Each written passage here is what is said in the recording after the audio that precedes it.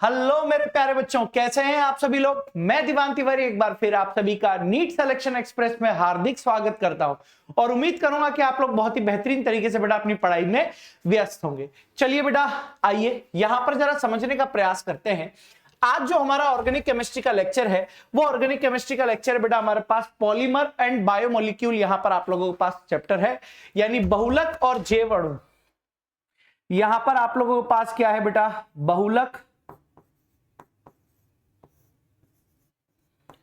बहुलक एवं जैव अणु यहां पर आप लोगों के पास है। बहुलक एवं जैव अणु यहां पर आप लोगों के पास यहां पर क्या है, चैप्टर है। देखो, अब इन चैप्टर में याद करने की कोशिश करना सरो, मेरी बात को ध्यान से। पॉलीमर, बहुलक, chemistry in daily life. Polymer, बहुलक और केमिस्ट्री इन डेली लाइफ, ये आप लोगों के पास कुछ ऐसे चैप्टर हैं बेटा जिनको आप लोगों को थ्योरी पार्ट अच्छे से आना चाहिए। इन चैप्टर्स में आप लोगों का थ्योरी पार्ट काफी अच्छे से होना चाहिए बेटा। ये पार्ट आप लोगों का काफी अच्छा रहना चाहिए।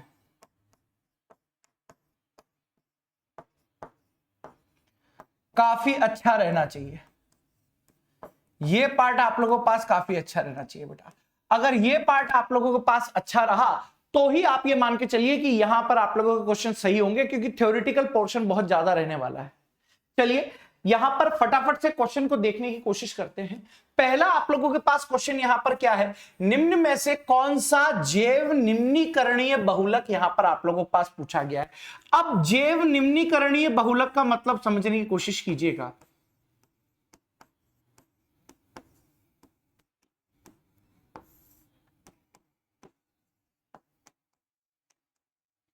जैव निम्नीकरण बहुलक की अगर मैं बात करूं तो आप लोगों के पास ऐसे बहुलक बोल सकता हूं मैं, या ऐसे कंपाउंड बोल सकता हूं जो कि छोटे छोटे जीवों के द्वारा आसानी से डिकंपोज हो सकते हैं, यानी छोटे छोटे जो माइक्रो ऑर्गेनिज्म होते हैं ऐसे कंपाउंड को अपने आहार के रूप में ले सकते हैं। यानी मैं क्या पॉइंट आप लोगों के पास लिख सकता हूं, ऐसे यौगिक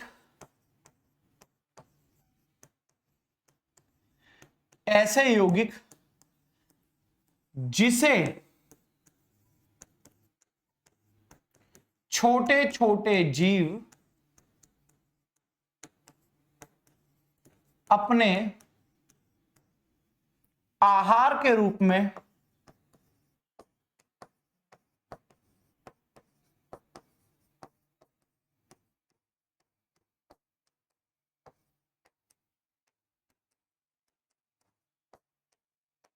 ये यहां पर आप लोगों के पास क्या होते हैं, जैव निम्नीकरणीय बहुलक होते हैं। यानी बेसिकली यहां पर ये आप लोगों के पास कैसे होते हैं, एक तरीके से भाई जो छोटे छोटे माइक्रो सजीव होंगे तो वो ऐसा तो होगा नहीं कि भैया आप लोगों के पास ऐसे केमिकल्स को अंदर लेते जाएंगे, नहीं, कुछ सजीव टाइप के बहुलकों को यहां पर लेंगे। चाहे आप पॉलीवाइनल क्लोराइड लेते हो, चाहे पॉलीथीन लेते हो, चाहे नाइलॉन 6,6 लेते हो, लेकिन जो सेलुलोज आप लोगों के पास होता है बेटा, सेलुलोज एक तरीके से प्लांट की कोशिका भित्ति में पाया जाता है और कोशिका भित्ति में पाए जाने की वजह से यह आसानी से सूक्ष्म जीवों के द्वारा डिकंपोज भी हो सकता है। इसलिए जो जैव निम्नीकरण बहुलक है यहां पर आप लोगों के पास वो क्या हो जाएगा बेटा, ऑप्शन फर्स्ट हो जाएगा। और वैसे जो जैव निम्नीकरणीय बहुलक होते हैं वो PHBV भी आप लोगों के पास होते हैं, और नाइलॉन 2,6 भी यहां पर आप लोगों के पास देखे जाते हैं। पॉली बीटा हाइड्रोक्सी ब्यूटाइरेट कोवेलरेट यहां पर आप लोगों के पास होता है। अगला क्वेश्चन है बेटा आप लोगों के पास श्रृंखला वृद्धि बहुलक है। ध्यान से देखने की कोशिश करो। अगर मैं आप लोगों के पास संरचना के आधार पर या श्रृंखला के बेस पर यहां पर वर्गीकरण करूं तो बहुलक यहां पर दो प्रकार का आप लोगों के पास देखा जाएगा। बहुलक यहां पर आप लोगों के पास दो प्रकार से देखा जाएगा। एक होता है बेटा आप लोगों के पास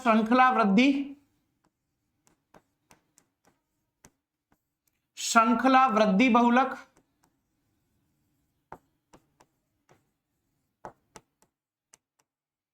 और एक आप लोगों के पास पदशः वृद्धि बहुलक।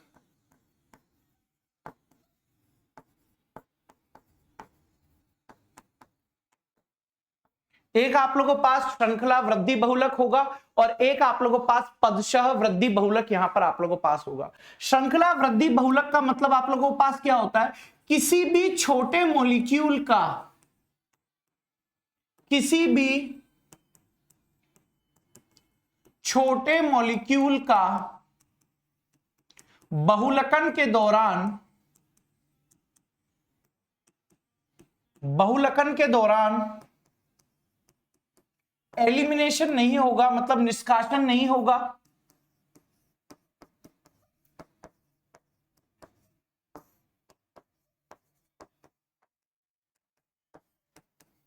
वह लीनियर ग्रोथ होगी। लीनियर वृद्धि यहां पर आप लोगों के पास होगी।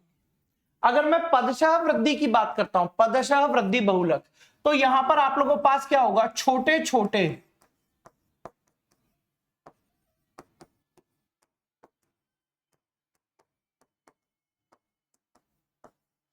जैसे एल्कोहल, H2O आदि का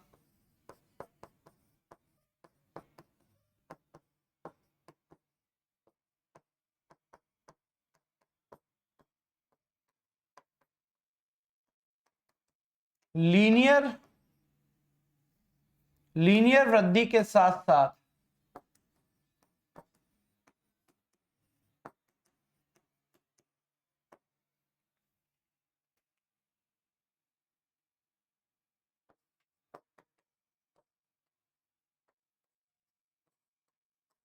साइड ग्रोथ भी होगी।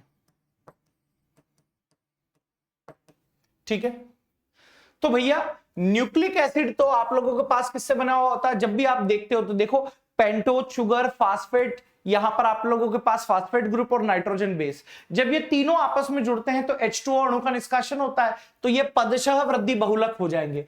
प्रोटीन में पेप्टाइड बॉन्ड के निर्माण के दौरान भी H2O का निर्माण होता है, यानी ये भी यहां पर आप लोगों के पास पदशः वृद्धि बहुलक का होगा। स्टार्च और पॉलीस्टाइरीन की अगर मैं बात करता हूं बेटा, आप लोगों के पास पॉलीस्टाइरीन किसका बहुलक होता है, पॉलीस्टाइरीन यहां पर C6H5CH डबल बॉन्ड CH2 का यहां पर आप लोगों के पास बहुलक देखने को मिलता है। ये यहां पर आप लोगों के पास पॉलीमर है, ये मोनोमर यूनिट है। ये यहां पर आप लोगों के पास कैसी है बेटा, मोनोमर यूनिट है। ये यहां पर आप लोगों के पास मोनोमर यूनिट है। ठीक है, और स्टार्च जो आप लोगों के पास होता है वो श्रृंखला वृद्धि के साथ साथ यहां पर पदशः वृद्धि भी यहां पर करता है, यानी श्रृंखला वृद्धि बहुलकन का जो प्रकार होगा वो यहां पर क्या माना जाएगा बेटा, आप लोगों के पास पॉलीस्टाइरीन यहां पर माना जाएगा। अगला क्वेश्चन आप लोगों के पास क्या है, अगला क्वेश्चन है बेटा यहां पर आप लोगों के पास जैव निम्नीकरणीय बहुलक का उदाहरण है। दोबारा से मैं आप लोगों को समझा देता हूं, जैव निम्नीकरण का मतलब क्या है, ऐसे बहुलक जिनको छोटे छोटे माइक्रो सजीव आप लोगों के पास भोजन के रूप में ग्रहण कर लेते हैं और उनका अपघटन वहां पर कर देते हैं। तो यहां पर आप लोगों के पास ये तो नियोप्रीन है, ये यहां पर आप लोगों के पास नियोप्रीन है बेटा, नियोप्रीन रबड़ है। ठीक है, ये नाइलॉन 6 है आप लोगों के पास, ये नाइलॉन 6 है बेटा आप लोगों के पास। ठीक है, ये जो यहां पर आप लोगों के पास है, ये यहां पर PHBV का एग्जाम्पल है, पॉली को बीटा हाइड्रोक्सी ब्यूटाइरेट को वेलरेट यहां पर आप लोगों के पास है, और ये यहां पर जैव निम्नीकरणीय बहुलक यहां पर आप लोगों के पास है, यानी ऑप्शन तीसरा इज द राइट आंसर। बस आपको इतना पहचानना होता है बेटा, एनसीईआरटी में आप लोगों के पास पूरे के पूरे एग्जाम्पल दिए हुए हैं, आप पहचान के यहां पर आसानी से टिक कर सकते हैं। अगला एग्जाम्पल है बेटा, कौन सा जोड़ा सही सुमेलित नहीं है, सही सुमेलित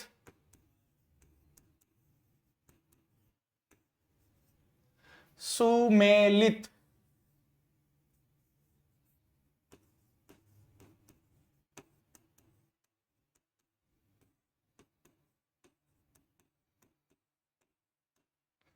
ठीक है, नियोप्रिन यहां पर आप लोगों के पास है, नियोप्रिन यहां पर आप लोगों के पास है। नियोप्रिन का मतलब 2 क्लोरो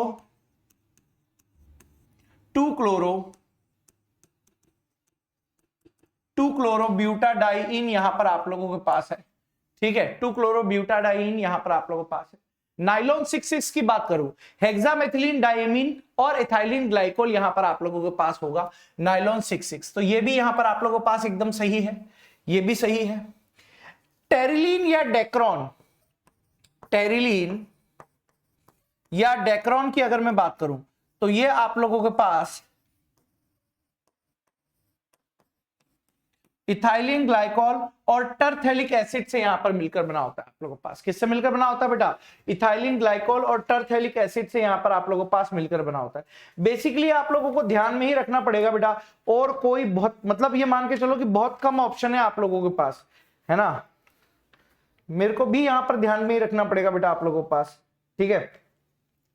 टरथेलिक एसिड है, यानी यहां पर आप लोगों के पास इससे मिलकर बनेगा, ये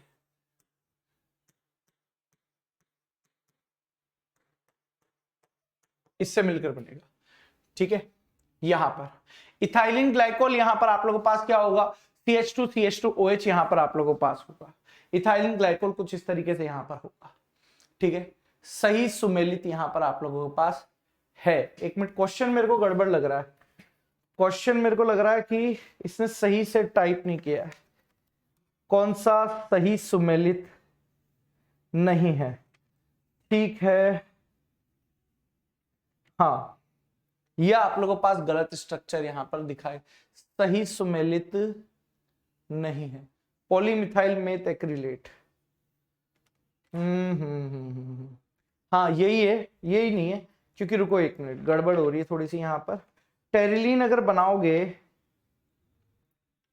OCO, ओ आना चाहिए था यहां पर बेसिकली, हाँ यहां पर आपके पास एस्टर ग्रुप आएगा ना, पॉलीएस्टर ही तो है, यहां पर ओ आना चाहिए था, बिल्कुल सही है। टेरिलीन पॉलीएस्टर है, पॉलीएस्टर, तो यहां पर जो सही चीज है, देखो स्ट्रक्चर आपको ध्यान में रखनी पड़ेगी, स्ट्रक्चर कोई रट के नहीं आ सकता है। तो सही सुमेलित यहां पर आप लोगों के पास तीसरा नहीं है, बाकी सारी स्ट्रक्चर सही है। पॉलीमिथाइल मेथ एक्रिलेट, यहां पर ये एग्जांपल आप लोगों के पास दिया हुआ है कि इसका एकलक है, किसका एकलक यहां पर आप लोगों के पास जाएगा, जरा देखने की कोशिश कीजिए। ये यहां पर CH3 है, ये यहां पर आप लोगों के पास क्या रहने वाला है, जरा देखो, ये यहां पर कार्बन है, ये यहां पर आप लोगों के पास CH3 है, और यहां पर आप लोगों के पास डबल बॉन्ड CH2 यहां पर आप लोगों के पास है। ये यहां पर मोनोमर यूनिट आप लोगों के पास है, मोनोमर यूनिट आप लोगों के पास है, और ये है बेटा 2 मिथाइल प्रोपेन, 1 2 3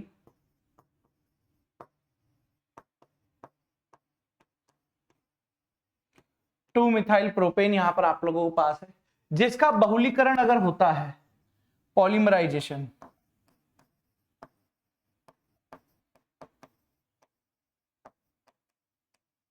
पॉलीमराइजेशन यानी बहुलीकरण यहां पर होता है, इसका बहुलीकरण अगर यहां पर होता है, जैसे ही बहुलीकरण होगा तो यहां पर आप लोगों के पास क्या होगा, एक बॉन्ड इधर फ्री, एक बॉन्ड इधर फ्री, यानी CH3 यहां पर C, इधर इधर यहां पर आप लोगों के पास CH2, ये यहां पर आप लोगों के पास CH3 रहेगा, ये यहां पर आप लोगों के पास पॉलीमर का यहां पर फॉर्मेशन होगा, ये यहां पर आप लोगों के पास किसका फॉर्मेशन होगा बेटा, पॉलीमर का यहां पर फॉर्मेशन होगा। तो यहां पर आंसर आप लोगों के पास क्या होगा बेटा, 2 मिथाइल प्रोपेन यहां पर आंसर होगा, यानी option first is the right answer यहां पर आप लोगों के पास है। चलिए अगला क्वेश्चन बात करते हैं। अगला क्वेश्चन है बेटा पॉलीस्टाइरीन, यहां पर आप लोगों के पास पॉलीस्टाइरीन की एकलक इकाई कौन सी है बेटा, पॉलीस्टाइरीन की एकलक इकाई यहां पर आप लोगों के पास कौन सी है? तो अगर पॉलीस्टाइरीन की बात करते हैं तो यहां पर आप लोगों के पास क्या आएगा, C6H5CH2 यहां पर आप लोगों के पास रहने वाला है, तो ये यहां पर पॉलीस्टाइरीन की इकाई है। ये यहां पर आप लोगों के पास आर्लॉन की इकाई है, एक्राइलोनाइट्राइल, ये यहां पर PVC की इकाई है, ये यहां पर टेफ्लॉन की इकाई है, ये आप लोगों के पास पॉली एक्राइलोनाइट्राइल पान की इकाई है, ये यहां पर टेफ्लॉन है, ठीक है, और ये यहां पर PVC की इकाई है, और ये यहां पर पॉलीस्टाइरीन की इकाई है। दुर्बल अंतराण्विक आकर्षण बल आप लोगों के पास क्या क्या हो सकते हैं, जरा देखने की कोशिश कीजिएगा बेटा, यहां पर आप लोगों के पास आकर्षण बल के आधार पर अगर मैं वर्गीकरण करूं, आकर्षण बल के आधार पर, आकर्षण बल के आधार पर अगर मैं यहां पर वर्गीकरण करता हूं, आकर्षण बल के आधार पर वर्गीकरण करता हूं, तो भाई साहब आप लोगों के पास यहां पर क्या रहने वाला है, जरा ध्यान से देखने की कोशिश करो। आकर्षण बल के आधार पर यहां पर पहला आप लोगों के पास रहेगा प्रत्यास्थ बहुलक,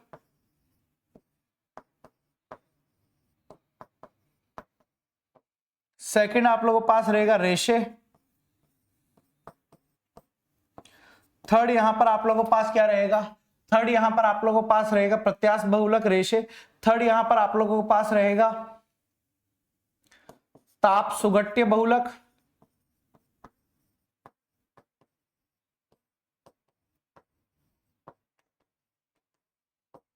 चौथा यहां पर आप लोगों के पास रहेगा ताप दृढ़ बहुलक।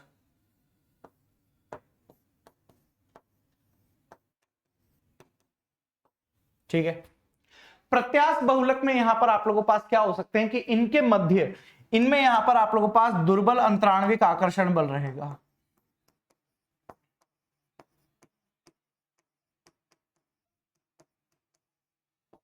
दुर्बल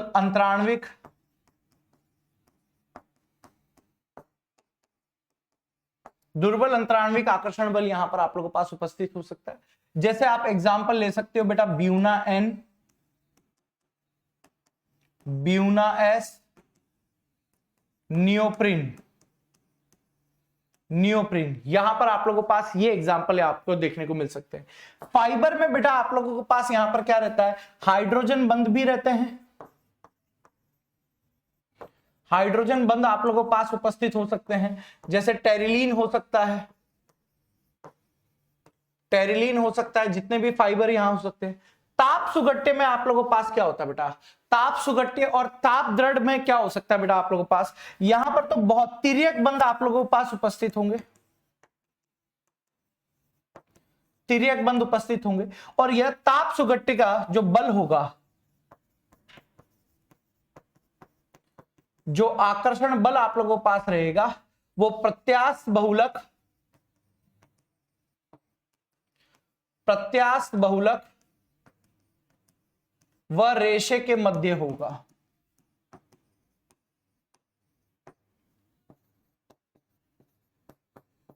वह रेशे के मध्य होगा। ताप दृढ़ बहुलक की अगर मैं बात करूं तो ये यहां पर आप लोगों के पास बेकेलाइट में देखा जाएगा, और ताप सुगट्टे बहुलक यहां पॉलीस्टाइरीन हो सकता है, एग्जाम्पल। तो यहां पर जो आप लोगों के पास दुर्बल अंतराणविक आकर्षण बल होंगे, वो केवल और केवल यहां पर आप लोगों के पास किसमें उपस्थित होंगे, प्रत्यास्थ में, और प्रत्यास्थ बहुलक के एग्जाम्पल है बेटा आप लोगों के पास नियोप्रिन। तो आंसर यहां पर क्या चला जाएगा बेटा आप लोगों के पास, ऑप्शन फर्स्ट चला जाएगा। अगला क्वेश्चन है बेटा, निम्न में से किसमें फिनॉल, फिनॉल अभिक्रिया करके थर्मोसेटिंग बहुलक यहां पर आप लोगों के पास बना सकता है, बेकेलाइट। बेकेलाइट के साथ आप लोगों के पास फिनॉल की अभिक्रिया किसके साथ करानी होगी, फॉर्मेल्डिहाइड के साथ करानी पड़ेगी। ये तो बिल्कुल आसान सा क्वेश्चन हो गया। अगला क्वेश्चन बेटा, निम्न में से किसको संघनन बहुलक यहां पर माना जाएगा। संघनन बहुलक का मतलब क्या हो गया कि बहुलकन के दौरान,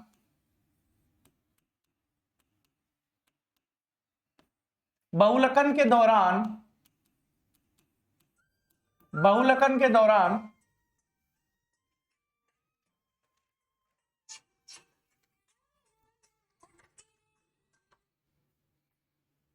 बहुलकन के दौरान छोटे मॉलिक्यूल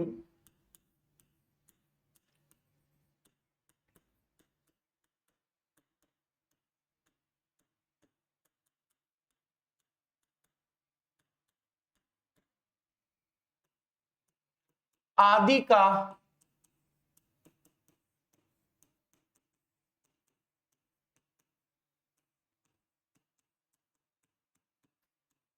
निष्कासन होता है। तो यहां पर आप लोगों के पास जो चीज देखी जाएगी बेटा, संघनन, संघनन देखो, नियोप्रिन की बात करते हो चाहे एक्राइलोनाइट्राइल की बात करते हो, चाहे टेफ्लॉन की बात करते हो, ये बस आपस में जुड़कर यहां पर श्रृंखला में वृद्धि करते जाएंगे, किसी भी प्रकार की ग्रोथ नहीं दिखाएंगे।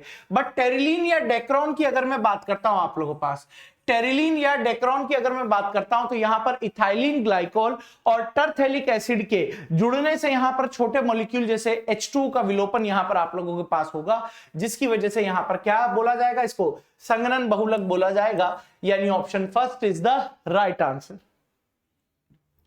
नोवालेक क्या होता है बेटा आप लोगों के पास, सिंपल सी बात है, ये यहां पर आप लोगों के पास क्या होता है, फिनॉल होता है।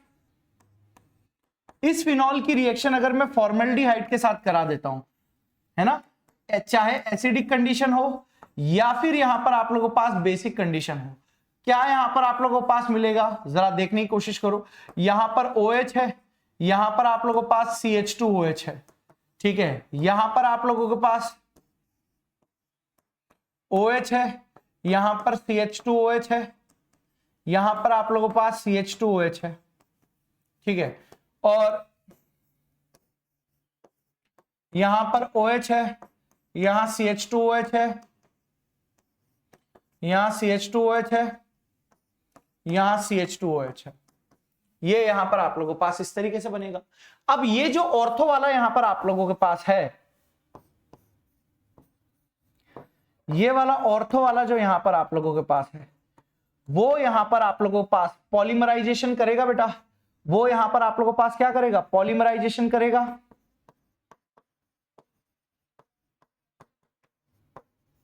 वो यहां पर पॉलीमराइजेशन करेगा और पॉलीमराइजेशन के द्वारा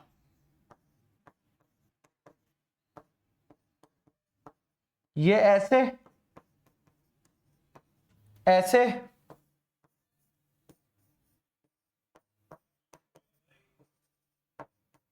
ऐसे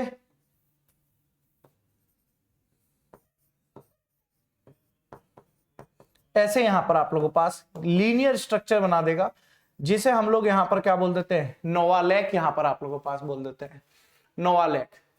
तो यहां पर जो ऑप्शन आएगा वो आएगा फिनॉल और फॉर्मेल्डिहाइड का रेखीय बहुलक यहां पर आप लोगों के पास होगा। अगला क्वेश्चन यहां पर आप लोगों के पास क्या है, निम्न में से कौन सा आवश्यक अमीनो अम्ल नहीं है। तो अगर मैं बात करूं बेटा आप लोगों के पास लाइसिन, ल्यूसिन, थ्रियोनिन, ट्रिप्टोफेन, ठीक है, ये सारे के सारे यहां पर आप लोगों के पास कैसे होते हैं बेटा, आवश्यक होते हैं। बट सेरीन आप लोगों के पास आवश्यक एमिनो एसिड्स नहीं होता है, कहने का मतलब है ये अनावश्यक आप लोगों के पास होता है, ठीक है। तो यहां पर जो आप लोगों के पास होगा, बॉडी की रिक्वायरमेंट नहीं है इतनी कुछ खास, तो वो सेरीन है। अगला क्वेश्चन है, अम्लीय और क्षारीय माध्यम में अमीनो एसिड आप लोगों के पास रहते हैं। तो अमीनो एसिड आप लोगों के पास होता क्या है, जरा देखने की कोशिश करो। ये यहां पर CH2 है, ये यहां पर आप लोगों के पास क्या है, COOH है, यहां पर आप लोगों के पास H है, यहां पर आप लोगों के पास R है। ये एक तरीके से यहां पर क्या है आप लोगों के पास अमीनो एसिड्स है, ये एक तरीके से यहां पर आप लोगों के पास अमीनो एसिड है। अब इस अमीनो एसिड की यहां पर अगर मैं बात करता हूं H+ के साथ, इस अमीनो एसिड की अगर मैं बात कर लेता हूं बेटा आप लोगों के पास H+ के साथ, तो ये H+ यहां पर आप लोगों के पास क्या करेगा बेटा, ये H+ इस नाइट्रोजन के पास यहां पर अटैच कर जाएगा, बिल्कुल। तो R, यहां पर C, यहां पर आप लोगों के पास NH3 पॉजिटिव है, यहां पर आप लोगों के पास क्या बन चुका है, C है, H है, और यहां पर आप लोगों के पास COOH है। यानी एसिडिक कंडीशन में तो यहां पर ये किसकी तरह काम कर रहा है बेटा, एसिडिक कंडीशन में ये आप लोगों के पास कैटायन की तरह काम कर रहा है। और अगर मैं बेसिक कंडीशन की यहां पर आप लोगों से बात कर लेता हूं, OH-, बेसिक कंडीशन की बात कर लेता हूं, तो बेस इस दुनिया में किस लिए आए हैं, एसिडिक हाइड्रोजन को खाने, यानी इस एसिडिक हाइड्रोजन को ये खा लेगा और यहां से H2 की फॉर्म में निकल जाएगा। कहने का मतलब है कि RC, यहां पर NH2 बचा हुआ रहेगा, यहां H है, यहां पर COO- है, यानी ये यहां पर किस फॉर्म में आप लोगों के पास रहने वाला है बेटा, एनायन की फॉर्म में रहने वाला है, एनायन की फॉर्म में। बेसिक मीडियम में एनायन है और एसिडिक मीडियम में कैटायन है, यानी आंसर आप लोगों के पास कौन सा आ जाएगा बेटा, ऑप्शन फर्स्ट आ जाएगा। बाकी थ्योरेटिकल है स्टूपिड से, प्रोटीन की तृतीयक संरचना में निम्नलिखित में से कौन सी आकृति आप लोगों के पास होती है? तो बेटा तृतीयक संरचना में आप लोगों के पास रेशेदार और गोलाकार दोनों एक दूसरे में घनिष्ठ रूप से बंधी हुई रहती हैं। यानी यहां पर आप लोगों के पास आंसर क्या होगा बेटा? ऑप्शन 3 होगा। ग्लोब्यूलर प्रोटीन का मतलब क्या हो गया? जिसमें प्रोटीन की यानी पॉलीपेप्टाइड की जो चेन होती है वो एक दूसरे के साथ घूमकर एक गोलाकार संरचना यहां पर आप लोगों के पास बना लेती है। यानी ग्लोब्यूलर प्रोटीन का यहां पर जो एग्जांपल आप लोगों के पास होगा वो यहां पर आप लोगों के पास कौन सा रहने वाला है? एल्ब्यूमिन और हीमोग्लोबिन। एल्ब्यूमिन और हीमोग्लोबिन यहां पर आप लोगों के पास नाम आएगा। यानी ऑप्शन तीसरा इज द राइट आंसर। अगला क्वेश्चन है, यदि एक प्राकृतिक प्रोटीन को भौतिक और रासायनिक उपचार दे दिया जाए, यदि प्राकृतिक प्रोटीन को भौतिक या रासायनिक उपचार बेटा आप लोगों के पास दे दिया जाए तो उसके प्राथमिक संरचना को प्रभावित किए बिना उसके अन्य रूपों में बाधा उत्पन्न करे, यह आप लोगों के पास कहलाता है। यदि प्राकृतिक प्रोटीन को भौतिक और रासायनिक उपचार दिया जाए तो उसकी प्राथमिक संरचना को प्रभावित किए बिना उसके अन्य रूपों में जो बाधा उत्पन्न करे वो आप लोगों के पास क्या कहला सकता है बेटा? विकृत प्रोटीन यहां पर आप लोगों के पास कहलाता है। क्या बोलाता है? विकृत प्रोटीन, डीनेचुरेशन प्रोटीन यहां पर आप लोगों के पास कहलाता है। जैसे अंडे को उबालने पर क्या हो जाता है? जो योक होता है किनारों पर सट जाता है आप लोगों के पास, वही चीज क्या होती है बेटा? उसको बोलते हैं डीनेचुरेशन ऑफ प्रोटीन, विकृत प्रोटीन। अंडे को उबालने पर अंडे की सफेदी का प्रोटीन का स्कंदन कहलाता है बेटा अनुत्क्रमणीय प्रोटीन विकृतीकरण। यानी option second is the right answer. ऐसे ऐसे क्वेश्चन आते हैं बेटा आप लोगों के पास, जैसे ये है, यहां पर आप लोगों के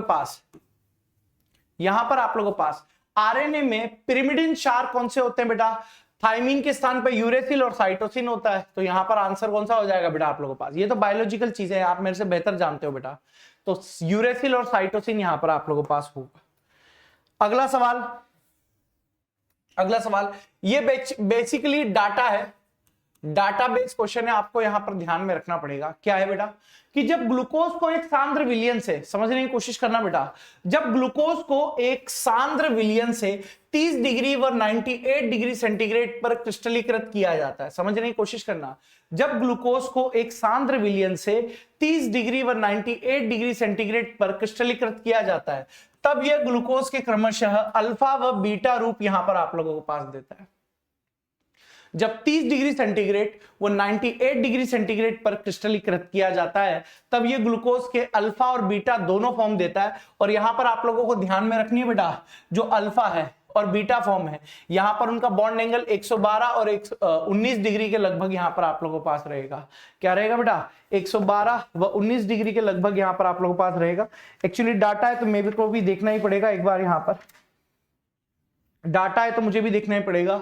111 डिग्री के लगभग, 112 के लगभग रहेगा अल्फा और बीटा के लिए 19 डिग्री के आसपास रहेगा। डाटा बेस है, ध्यान में रखना ही पड़ेगा बेटा।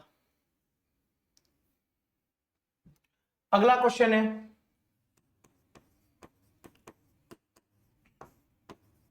अगला क्वेश्चन आप लोगों के पास क्या है? निम्नलिखित कथनों में से ग्लूकोज के लिए कौन सा कथन यहां पर सत्य नहीं है? निम्नलिखित कथनों में से ग्लूकोज के लिए कौन सा कथन यहां पर आप लोगों के पास सत्य नहीं है? निम्नलिखित कथनों में से ग्लूकोज के लिए कौन सा कथन यहां पर सत्य नहीं है? कौन सा कथन सत्य नहीं है? देखो, ग्लूकोज एल्डोज है, बिल्कुल सही है। ग्लूकोज का फॉर्मूला आप लोगों के पास क्या होता है? CHO, यहां पर आप लोगों के पास CHOH4 और यहां पर आप लोगों के पास CH2OH। ये यहां पर आप लोगों के पास ग्लूकोज है बेटा, ठीक है। तो ग्लूकोज के लिए जो आप लोगों के पास कथन सत्य नहीं है वो यही रहने वाला है, यानी ग्लूकोज के पास आप लोगों के पास एल्डिहाइड फंक्शनल ग्रुप है। यहां पर आप लोगों के पास कौन सा फंक्शनल ग्रुप है बेटा? एल्डिहाइड यहां पर आप लोगों के पास फंक्शनल ग्रुप है। तो एल्डिहाइड फंक्शनल ग्रुप होने की वजह से ये यहां पर आप लोगों के पास क्या है? एल्डोहेक्सोज है, बिल्कुल सत्य है। HI के साथ गर्म करने पर एनहेक्सेन देता है, ये भी एकदम सत्य है। ये यहां पर आप लोगों के पास क्या है? रिडक्शन है। ये यहां पर आप लोगों के पास क्या है? रिडक्शन है। यह फ्यूरेनोज अवस्था में पाया जाता है, बिल्कुल गलत है बेटा। फ्यूरेनोज का मतलब होता है 5 कार्बन की रिंग। फ्यूरेनोज का मतलब क्या होता है बेटा आप लोगों के पास 5 कार्बन की रिंग होती है, जबकि पाइरेनोज की अगर मैं बात करूं, यहां पर पाइरेनोज की यहां पर बात करूं तो पाइरेनोज यहां पर 6 कार्बन की रिंग आप लोगों के पास होती है। तो यहां पर जो सही आंसर आप लोगों के पास जाएगा वो गलत कथन बताना है, और यही गलत कथन है। ये तो ठीक बात है कि 2,4 डाई नाइट्रोफिनाइल हाइड्रोजन के साथ रिएक्शन नहीं देता है। अगला क्वेश्चन है बेटा, निम्नलिखित में से कौन सा कथन आप लोगों के पास असत्य है? यहां पर असत्य कथन आप लोगों को बताना है बेटा, समझने की कोशिश कीजिए। क्या है बेटा? सुक्रोज एक दक्षिण ध्रुवण गुणक है, बिल्कुल सही बात है, लेकिन इसका जल अपघटन कराने पर ये अल्फा डी ग्लूकोज और बीटा डी फ्रक्टोज देता है, और बीटा डी फ्रक्टोज का घूर्णन कोण ज्यादा होने की वजह से वो वामावर्त हो जाता है, इसलिए इसे यहां पर बोल सकते हैं अपव्रत शर्करा, भी इसको आप बोल सकते हो। ठीक है, सुक्रोज के जल अपघटन करने पर दक्षिण गुणक ग्लूकोज और वाम ध्रुवण गुणक फ्रक्टोज प्राप्त होता है, एकदम सही है। फ्रक्टोज का वाम ध्रुवण घूर्णन ग्लूकोज के दक्षिण ध्रुवण घूर्णक से ज्यादा होता है, यह भी एकदम सही है। गन्ने की शर्करा से डी ग्लूकोज व डी फ्रक्टोज का असमान मोल का मिश्रण प्राप्त होता है, यह एकदम गलत है। असमान थोड़ी ना होता है, सेम प्राप्त होता है, 1 मोल ये 1 मोल वो। तो यहां पर जो गलत कथन है वो यहां पर आप लोगों के पास ये आएगा, ये रॉन्ग स्टेटमेंट है बेटा, रॉन्ग है, रॉन्ग स्टेटमेंट।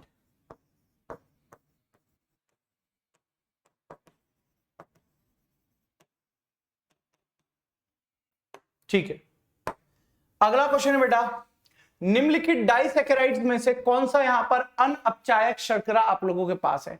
अनअपचायक शर्करा का मतलब यहां पर आप लोगों के पास क्या होता है बेटा? अनअपचायक शर्करा का मतलब होता है non reducing sugar.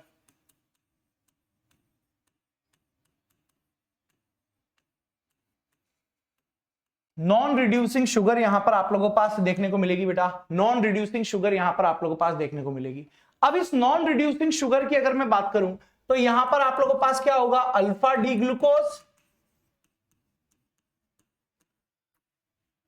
And beta D fructose. Alpha D glucose और बीटा डी फ्रक्टोज होगा। यहां पर आप लोगों के पास 6 कार्बन की रिंग होगी, मतलब पाइरेनोज, पाइरेनोज वाले यहां पर आप लोगों के पास देखी जाएगी, और यहां पर आप लोगों के पास फ्यूरेनोज, फ्यूरेनोज वाले यहां पर आप लोगों के पास देखी जाएगी। पाइरेनोज और फ्यूरेनोज वाले यहां पर एक ही है, ये पाइरेनोज है, ये फ्यूरेनोज है। ऑप्शन क्या चला जाएगा बेटा यहां पर आप लोगों के पास? ऑप्शन सेकंड चला जाएगा। अगला क्वेश्चन है बेटा, 1 मोल माल्टोज के जल अपघटन के द्वारा 2 डी ग्लूकोज की यूनिट प्राप्त होती है। याद करने की कोशिश करो बेटा, ये जो आप लोगों के पास माल्टोज यहां पर होता है, ये जो यहां पर माल्टोज होता है, इसका जल अपघटन कराने पर, इसका जल अपघटन यहां पर करवाने पर 2 अल्फा डी ग्लूकोज की सब यूनिट यहां पर आप लोगों को पास मिलती है। 2 अल्फा डी ग्लूकोज की सब यूनिट यहां पर आप लोगों को पास मिलती है, और इन अल्फा डी ग्लूकोज के मध्य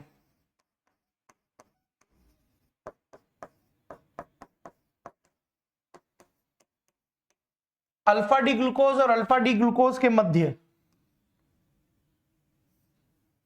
सुनो मेरी बात, इनके मध्य आप लोगों के पास, यानी इसका C1 और इसका C4 यहां पर आप लोगों के पास ग्लाइकोसाइडिक लिंकेज के द्वारा जुड़े रहते हैं।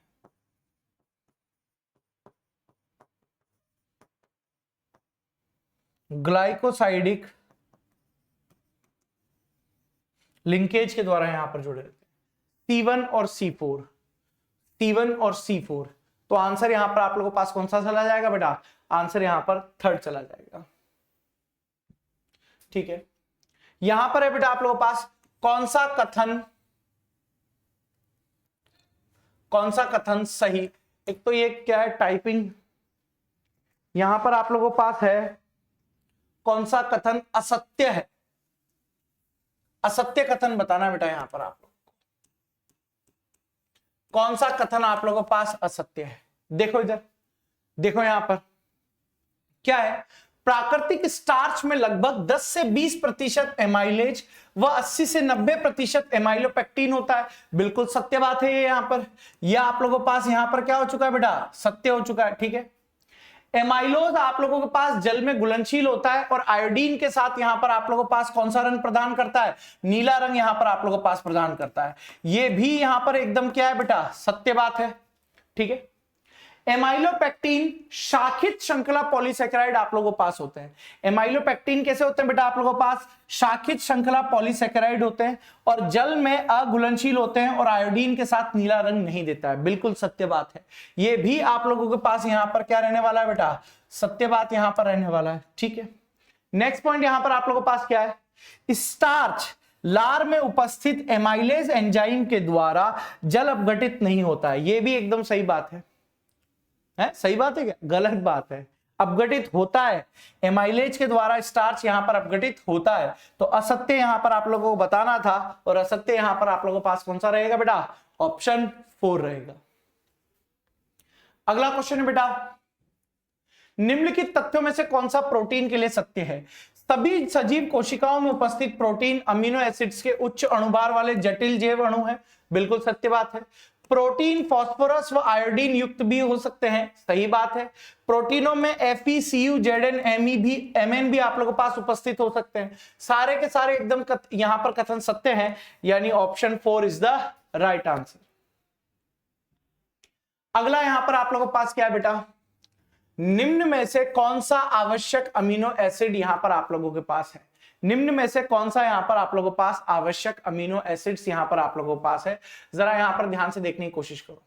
क्या हो सकता है बेटा आप लोगों के पास, aspartic acid, valine, alanine, leucine. तो ल्यूसिन और वेलिन यहां पर आप लोगों के पास आवश्यक अमीनो अम्ल है, यानी option 3 is the right answer. अब इसमें क्या ही मैं आप लोगों को बता दूं, कंसेप्ट जो है वो है फैक्चुअल चीज है बेटा यहां पर आप लोगों के पास।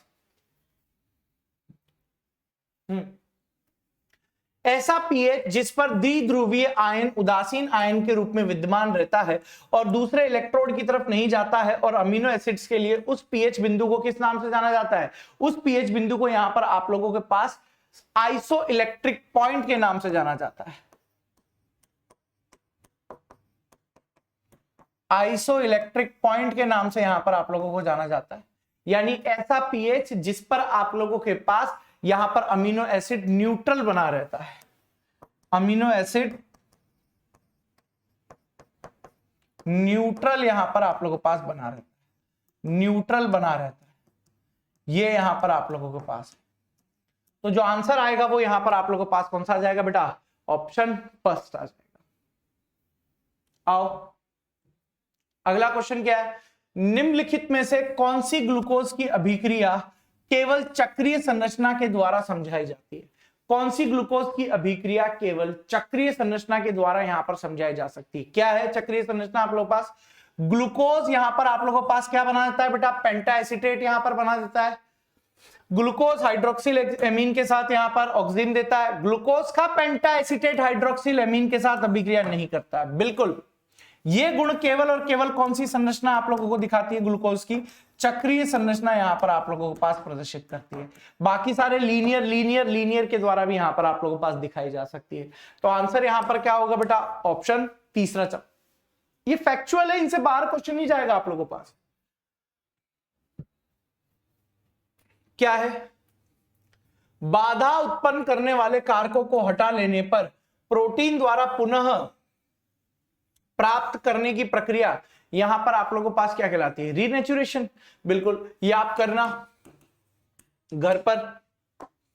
अगला क्वेश्चन यहां पर आप लोगों के पास क्या हो सकता है, एंजाइम के लिए निम्न में से कौन सा कथन असत्य है। बायोलॉजिकल चीज है बेटा, ये भी आप लोगों को यहां पर घर पर करनी रहेगी, ठीक है। बायोलॉजिकल चीजें आप लोगों को घर पर करनी रहेगी बेटा। डीएनए व आरएनए के पूर्ण जल अपघटन से प्राप्त होता है। आरएनए में राइबोज और डीएनए में डीऑक्सीराइबोज प्राप्त होता है। विषम चक्रीय नाइट्रोजन युक्त प्यूरिन चारक, विषम चक्रीय नाइट्रोजन युक्त पिरिमिडीन चारक, तो सभी के सभी यहां पर आप लोगों के पास प्राप्त होते हैं, यानी option 4 is the right answer. अगला क्वेश्चन बेटा आप लोगों के पास, न्यूक्लियोसाइड आप लोगों के पास होते हैं। न्यूक्लियोसाइड यहां पर आप लोगों के पास क्या होते हैं, जब क्षार और पेंटोज शुगर यहां पर आप लोगों के पास मिल जाती है तो न्यूक्लियोसाइड बन जाता है, बिल्कुल ठीक है। ये पेंटोज शर्करा युक्त प्यूरिन या पिरामिडीन के एन ग्लाइकोसाइड्स होते हैं, ये भी एकदम यहां पर आप लोगों के पास ठीक है, यानी दोनों कथन एकदम सही है। तो आंसर यहां पर आप लोगों के पास कौन सा आ जाएगा, ऑप्शन थर्ड यहां पर आप लोगों के पास आ जाएगा। नेक्स्ट क्वेश्चन देखते हैं बेटा। नेक्स्ट क्वेश्चन, आरएनए अणु द्वारा प्रत्येक प्राणी में विशिष्ट प्रकार के प्रोटीनों के निर्माण की प्रक्रिया यहां पर आप लोगों के पास क्या कहलाती है। ये चीजें यहां पर आप लोगों को ध्यान में रखनी बेटा, है ना। ये बायोलॉजिकल चीज है, आप मेरे से बेहतर समझ सकते हो यहां पर, ये बायोलॉजिकल चीज है, लेकिन यहां पर आप लोगों के पास जो क्वेश्चन है इनसे बाहर क्वेश्चन नहीं जाएगा। तो आप लोगों को क्या करना है, इनको एक बार ढंग से करके देख लेना है, ठीक है, ढंग से करके देख लेना है इनको। अगला क्वेश्चन यहां पर आप लोगों के पास क्या है, कौन सा कथन, ये लो, ये भी देखना पड़ेगा यहां पर।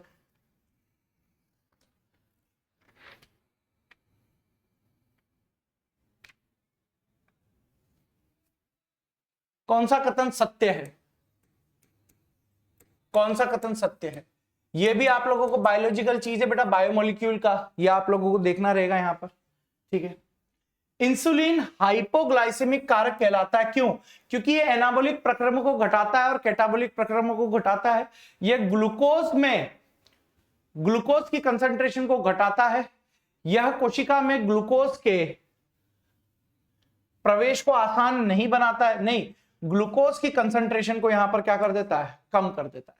तो यहां पर आप लोगों के पास जो आंसर आएगा वो सेकंड जाएगा, लेकिन फिर भी मैं चाहता हूं कि एक बार आप खुद यहां पर इन चीजों को पढ़ो, है ना, बायोलॉजिकल चीजें हैं सारी, ठीक है। यहां पर आप लोगों के पास क्या क्वेश्चन है, कौन सा कथन आप लोगों के पास सत्य है, कौन सा कथन सत्य है ना। यहां पर स्टार्च अल्फा ग्लूकोज का बहुलक है, एमाइलोज सेलुलोज का घटक है, प्रोटीन केवल एक ही प्रकार के अमीनो एसिड से बना होता है, 4 कार्बन और 1 ऑक्सीजन होता है, नहीं। तो सत्य कथन केवल एक ही है कि स्टार्च आप लोगों के पास अल्फा ग्लूकोज का पॉलीमर होता है। तो ये यहां पर आप लोगों के पास क्या है मेरे बच्चों, ये यहां पर आप लोगों के पास थोड़ा सा थ्योरेटिकल चैप्टर था, है ना। तो उम्मीद करूंगा कि आप लोग थ्योरी को ज्यादा वाला जो पार्ट है वो आप बायोलॉजी वाले बायोमोलिक्यूल से रिलेट कर लेंगे, ताकि आप लोगों के पास ये क्वेश्चन थोड़े से आसान हो जाएंगे, ठीक है। पॉलीमर में बेसिकली आप यूनिट्स को ध्यान रखो, रिएक्शन का टाइप ध्यान रखो, इससे बाहर आप लोगों के पास कोई यहां पर चीजें नहीं रहने वाली है, ठीक है। तो 1-2 लेक्चर और आपका सिलेबस यहां पर क्या हो जाएगा बेटा, समाप्त हो जाएगा। तो आप सभी को नमस्कार।